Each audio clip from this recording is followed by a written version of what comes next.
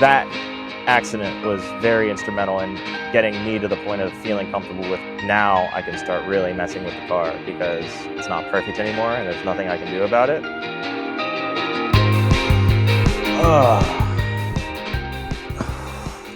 Hey, what's up? My name's Sam. Today I wanted to talk about my Integra a little bit. We already talked about it a bit in our first episode of the ABS show, where we got to speak with Robert about his DE5, and that's definitely worth a watch and a listen. So if you haven't checked that out yet, I'll put a link here and you can check it out. But this is going to be much more of like a deep dive into this car and the history of the car, and really the history of me, because they're kind of inseparable at this point. And I just thought it would be fun to cover. I've never put all of this car's history in one place before, so this might be a little bit more for me than it is for you guys, but I hope you can enjoy it nonetheless. So I got the car, I want to say, I don't know what year it was now. It was I was 15, about to be 16. And I needed a car. I always was into cars growing up. My dad was an avid NASCAR watcher, so I didn't have any experience with cars when I was a kid, but I was surrounded with them all the time. So I definitely had a bit of a passion ingrained in me from the get-go. But that kind of exhibited itself much more in like the tuner scene once I started becoming aware of it. I mean, Underground 2, Need for Speed, was like very instrumental in building that like desire to like modify cars and have a cool car and not just have like a normal car. So when the time came for me to get a car, I knew I wanted something that was kind of cool. And people don't believe me when I tell them what I was like cross shopping for. The cars that I was like looking at were Mazda Speed 3s and Corrados and RSXs. Those were like three cars. And it's funny just because like those, now being the age I am and knowing enough about cars, I'm like, those are the three like wildest different platforms to be shopping for. And even at the time, back before used cars went crazy, all three of those cars were pretty expensive. Base model RSXs were obviously like the most affordable. And I got to test drive a couple. Basically with the budget I had as a 15-year-old, I was looking at spending like, at that time, $4,000 to $5,000. And back then that could get you like a pretty beat up base RSX, I feel like, or maybe like a really ragged out Type S. So I test drove a base RSX at a dealer, and I was just like not super hyped on it for whatever reason. It was also like really going to push my budget, and I was convinced I could find something more in my range. So test drove a few other cars, and just, I don't know, I was very on the fence. And then I actually found the listing for this car on Craigslist. It had only been up for like a couple of hours. Honestly, my dad might have found the listing for me. I can't remember. He was very helpful in helping me find my first car. And whatever the case may be, I found it. It was pretty close to home. It was over towards like the DC area. It was listed, I want to say, for $4,500. I can't quite remember. I might have a screenshot of the Craigslist ad. That would be really cool if I can put that in the video. If not, you'll have to take my word for it.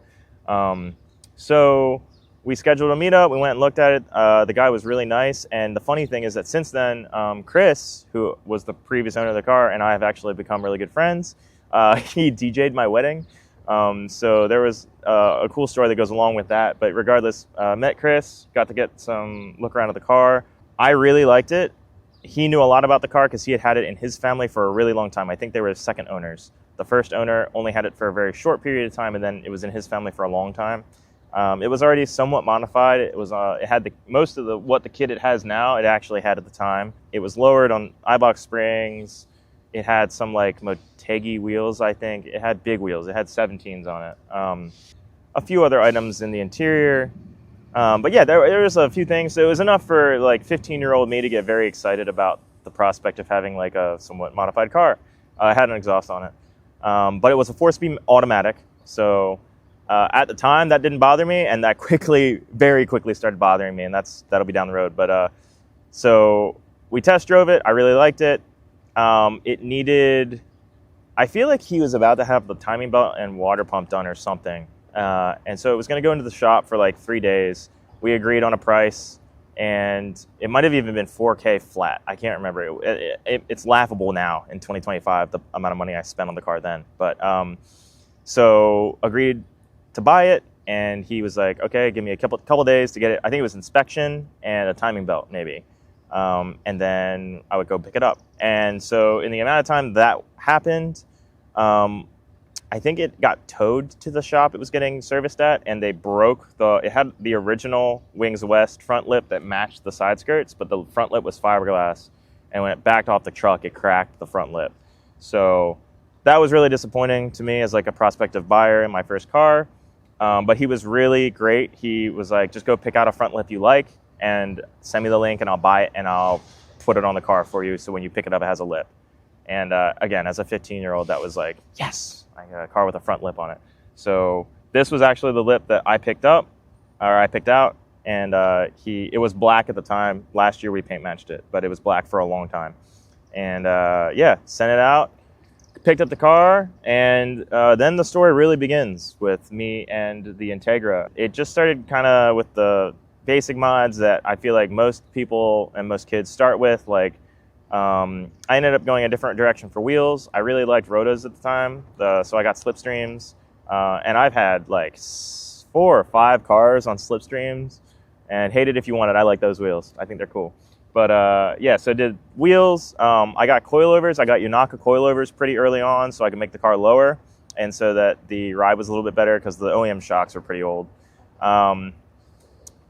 What else did I do?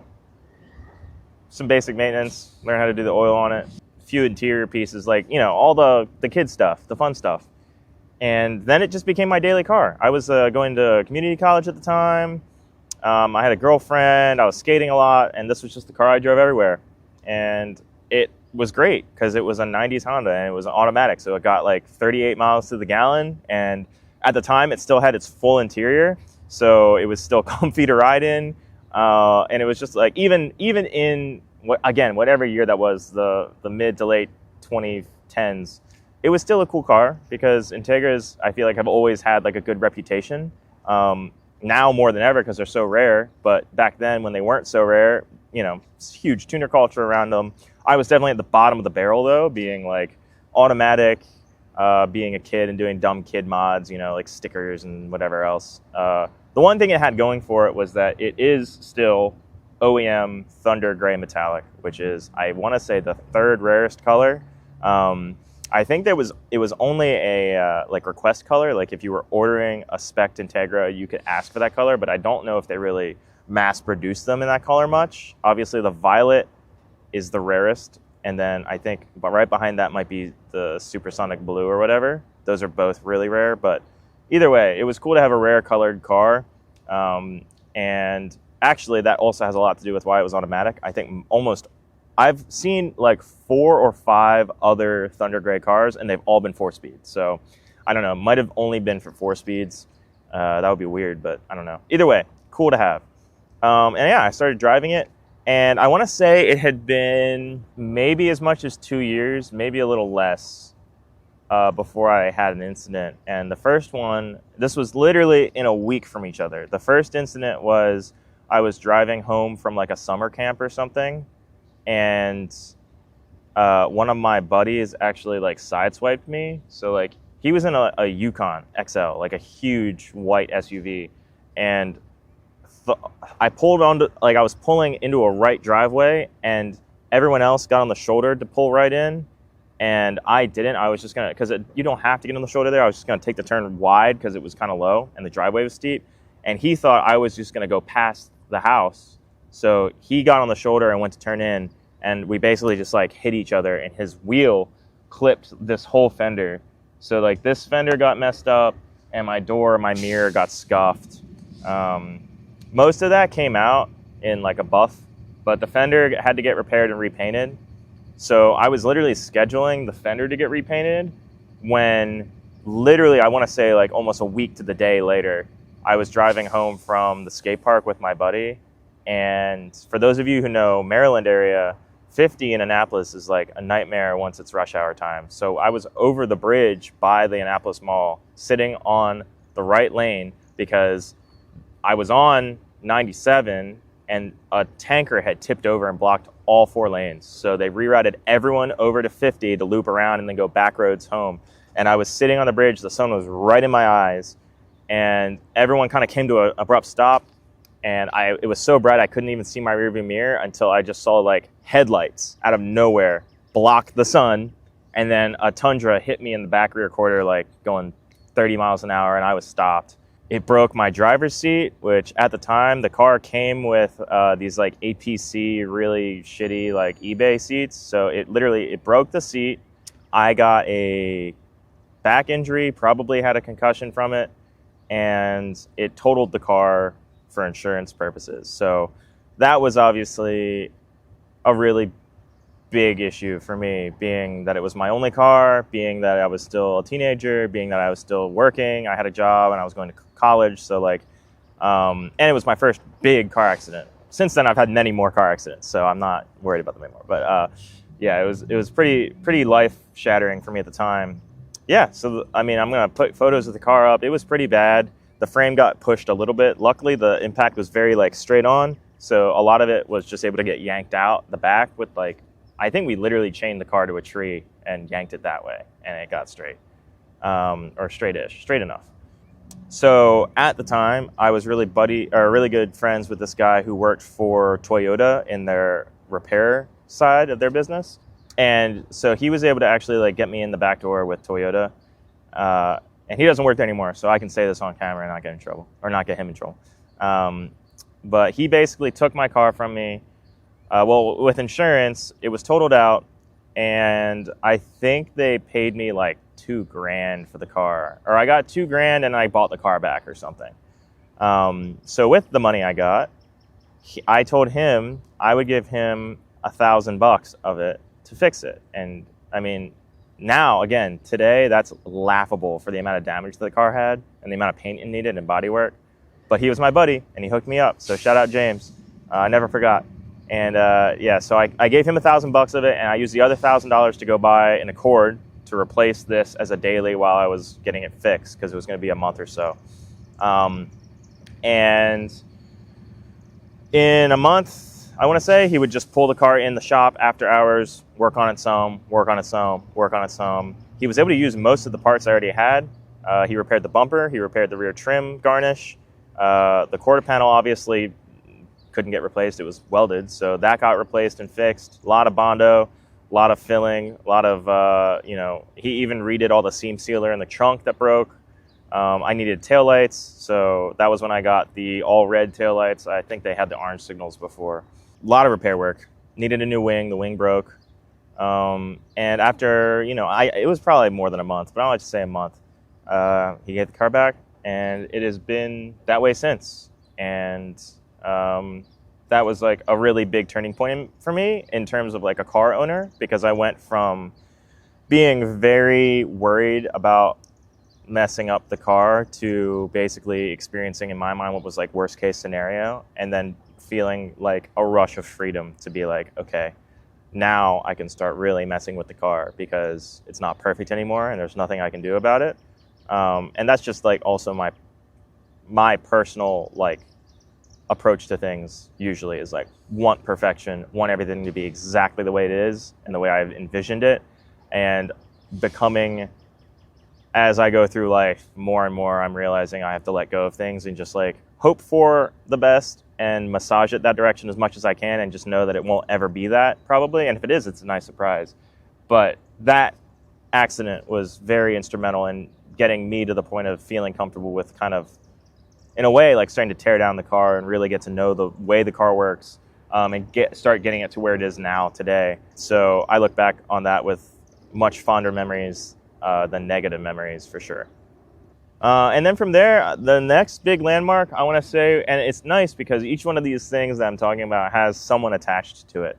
So after that, the next big item was that I was really getting frustrated having the 4-speed automatic in it, and I was like, all right, I'm just gonna start planning a swap. I had no idea what went into it. I just wanted to start a list with every part that I would need to do a manual swap in this car. And honestly, it happened faster than I thought it would. I just started scouring forums. I mean, Club Integra, on the forum, on Facebook, on everything I could get my hands on, really. I was just piecing together, okay, this person did it, had these problems. This person did it, had these problems. How do I avoid those problems in planning and prep phase? And put the list together. At the time, again, it was probably like $1,000 for everything. Like, it's crazy looking back now because that's what just the transmission sells for now, which is stupid. But so, you know, obviously I could choose between GSR, LS, what transmission I wanted. Obviously, I wanted a GSR. It's a little bit shorter. A lot of people would do the GSR 1 through 4 and then do a 5th like overdrive gear basically, and ended up getting a really good deal on a GSR transmission locally. I think I paid $400 for it and it had like 60,000 miles on it. So this car still has that transmission in it. All I've done are fluid changes, no grinds, no pops, nothing, and it gets abused. So got that transmission, got the linkage. I don't remember all the parts, but got all the parts and filled the shed with parts. And then I met my very good friend Jay, who runs Helix Autoworks. And if you don't know about them, you should. I'll put their socials here and in the description. It is NSX Central over there. So I don't know how many he has right now personally, because it's always a different number, but he has a lot of really cool NSXs that you should definitely go look at and check out his channel. They actually bought the Loch Ness NSX, the one that was sunk, and I think it was all over. It was like on Drive. It was on a bunch of like Petrolicious or whatever did an article on it. So very cool project that he's working on. But yeah, so he was the one who helped me do the trans swap. He did almost all the work, so I can't take any credit for it. But got to watch and learn a lot, and we did an XZD clutch in it, did a couple other modifications to it while we were doing the swap, and I want to say he did it in like 3 days. It was like a weekend. It was fast. So that got done, and then the car was manual, and I had to learn how to, well, actually, I was going to say I had to learn how to drive manual, but the Accord that I bought when this car got totaled was manual. So that was the car I learned manual in. So it was kind of good timing, because then I was like, okay. And that was also what fueled me wanting a manual in this car after having driven it in another car and being like, oh, that's what it's like. I should do that. So that was the next landmark, was definitely doing the manual swap. And then it becomes like a landslide of changes and modifications for this car. So it gets a little fuzzy for me.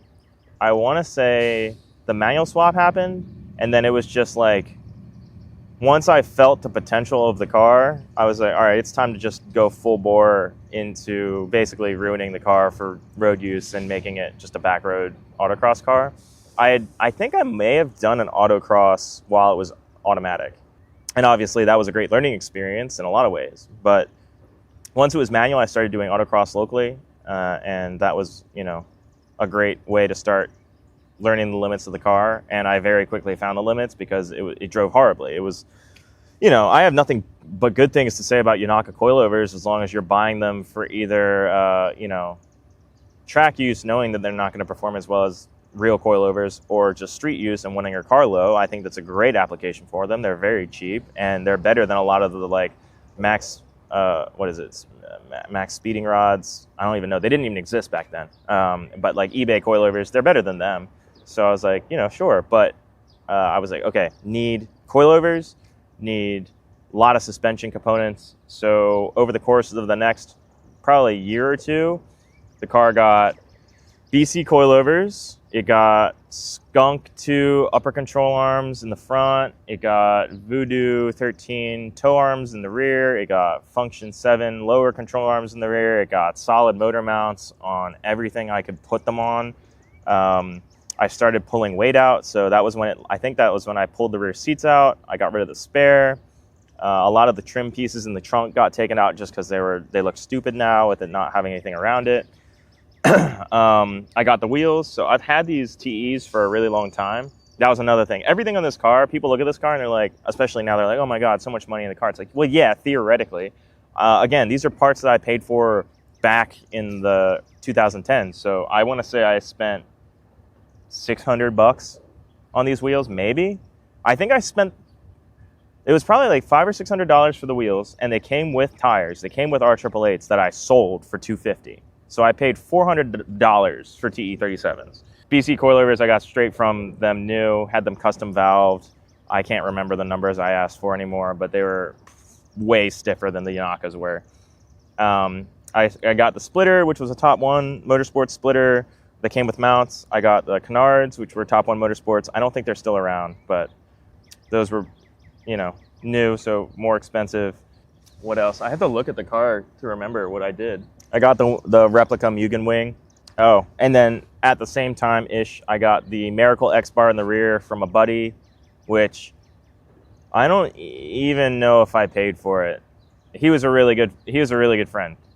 And I think he might have just given me like a homie price on it, so probably like $100. And again, that's another piece that now is like so expensive and rare, and it's like it's just weird to like. It's just because people don't have it anymore, I guess. I don't know, but got it for dirt cheap, and started going down the rabbit hole, getting tires, I got a short shifter installed, so it's a GSR. I think it's a Ktuned shifter. I had a GSR for a while.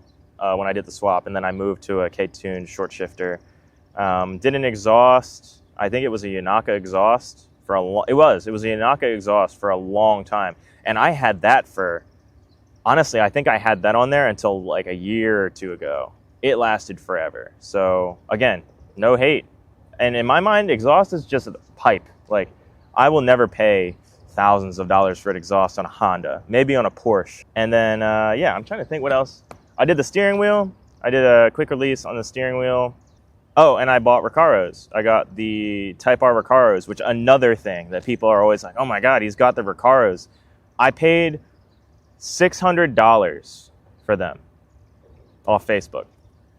And they were perfect. Like most of the time, our passenger side, the bolster will be blown out because the guys in Japan will scoot in and out of that side more. And this pair, for whatever reason, that side was perfect. It was pristine. Almost no fade. I mean, they're faded now, but at the time, no fade on them. And $600. And now they're what, like $2,000? I don't even know. I don't look. But got them for a steal. I still have, that is the seat that is in my Civic now, and I have the other one in storage. So who knows what that'll end up in. But I don't really know. There's not a great delineation between when I went from like those first few sets of mods to like getting it to where it is now. But it went in storage for a while. I always winter the car just because I like driving it hard and I'm scared to drive it when it's cold outside. And call me a bitch if you want, that's fine. But it gets wintered. That's also to kind of help the paint stay, which at this point is like a lost cause, but at the time felt like something I should do. So when I went through college, and this is kind of like we're alternating between like car, Sam's life, but that makes sense because this car has been with me for, at this point, almost exactly half my life. So I've spent a lot of life and learned a lot of things with this car. And I tell my wife now, it's funny that like when I drive this car, it literally feels like I feel like a lizard in his aquarium. Like I just feel like I'm so used to the car and just like being in the car that it just feels like my second home. And a lot of times when I've had to just go think, or like if I'm going through something in life, a lot of times, and it sounds so corny, like I'll just go for a drive, but like literally I just go get in this car and drive it. And a lot of times that is just like an easy way to reset my mind. So when it comes back to like what was going on in life, I was going to college, which included moving. Life was different. I was very stressed out. And honestly, like kind of falling out of love with cars, as dumb as that sounds. So I was very into like car meet culture. H2OI was like my dream when I was a teenager. Like we would all go down and it was just like, that felt like all I wanted out of life at the time. And slowly friends changed and things changed. And I kind of just like burned out, honestly. Between this, I had also sold the white Accord by now and bought a yellow EF hatch and maybe even have had that and then sold it by this point. So another car had come and gone. This car had kept getting worked on. So, I don't know, it was more of a personal thing and where I was at in life. And I was really deep into skateboarding at this time. And wanted to really pursue that. And honestly, just like a higher priority for me outside of cars. I mean, life changes. So this car got sat for, I want to say, almost 2 years. It was probably most of my time when I was at college. When I would come home, I would drive it a little bit, but it didn't go with me to school. And it kind of just sat and started to deteriorate. At some point when I went to college, I bought a DB8. That car was nice because it had a lot of the same thing. I mean, obviously, it's the same car. It's just a sedan. And, you know, I got to stance it. I got it out of my system at the time. I was like, I want a low, cool car with chrome wheels. Did that. And had that at college, but it was stock, right? And it didn't need anything. It was very reliable. It was fun, whatever. So I still had it in my system a little bit. But as I got more and more into skating, I was like, all right, it's not feasible to have a low car and have to drive to like a street skate spot and find parking that's not going to destroy my car, worry about my car being in the city, whatever. So through all this, the Integra sat at my parents, just withering. I eventually, and this is like summarizing like 3 years very quickly, but I built the sedan up to how I liked it and then traded it for a lifted RD2 CRV, which was really cool at the time. It was 5-speed, all-wheel drive, 3-inch lift, 1-inch subframe drop, huge tires. And I was over the moon with that car. I was like, man, this is perfect. I put so many miles on that car. I took it on road trips. I went skating all up and down the East Coast in that thing. We had like a whole Ace hardware worth of shit in the back of it because we'd roll up to spots and be like, all right, we got to fill this crack or whatever. And it would just be like, there's Bondo in the CRV. There's signs in the CRV. The skaters know what I'm talking about. This might be foreign to a lot of you, but that's fine. And yeah, like it was just, there was so much shit in that truck at all times, and it was great. I handled the winters in Pennsylvania great too. So I loved the life that I had with that car.